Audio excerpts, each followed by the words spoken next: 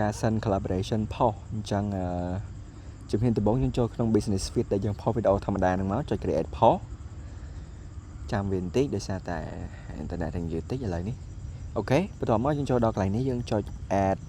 file វីដេអូដែលយើងចង់ផុសហ្នឹងមកបន្ទាប់មកយើងដាក់ caption ដាក់អីធម្មតាដោយយើងផុសវីដេអូរាល់ដងទៅប៉ុន្តែដំណឹងល្អមែនតើបងប្អូន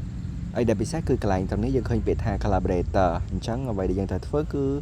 យើងគ្រាន់តែធ្វើការវាយបញ្ចូលឈ្មោះ page ឬក៏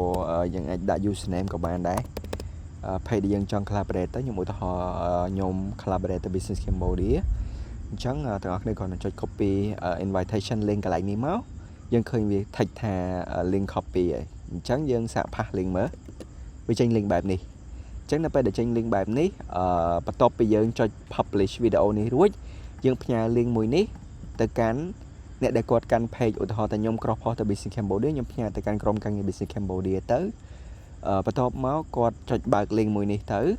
ហើយនឹងមានប៊ូតុងចុច accept មួយអញ្ចឹងគាត់គ្រាន់តែចុចបើក link ហ្នឹងហើយ load ប៊ូតុង accept ហ្នឹងមកចុច accept ហ្នឹងទៅគឺ collaboration មួយហ្នឹងគឺបានជោគជ័យហើយប៉ុន្តែសុំ note មួយគឺវីដេអូដែល collaboration អាច accept link ទៅបានគឺលុះត្រាតែយើង publish វាហើយសិនបើសិនបើយើងមិនទាន់ publish ឬក៏មិនទាន់ post ចេញនៅលើ page យើងទេផ្ញើនេះទៅកាន់ដៃគូម្ខាងទៀតចុចទៅគឺចេញ error ហើយតតែ publish ហើយបានយើងចុច confirm បានអូខេ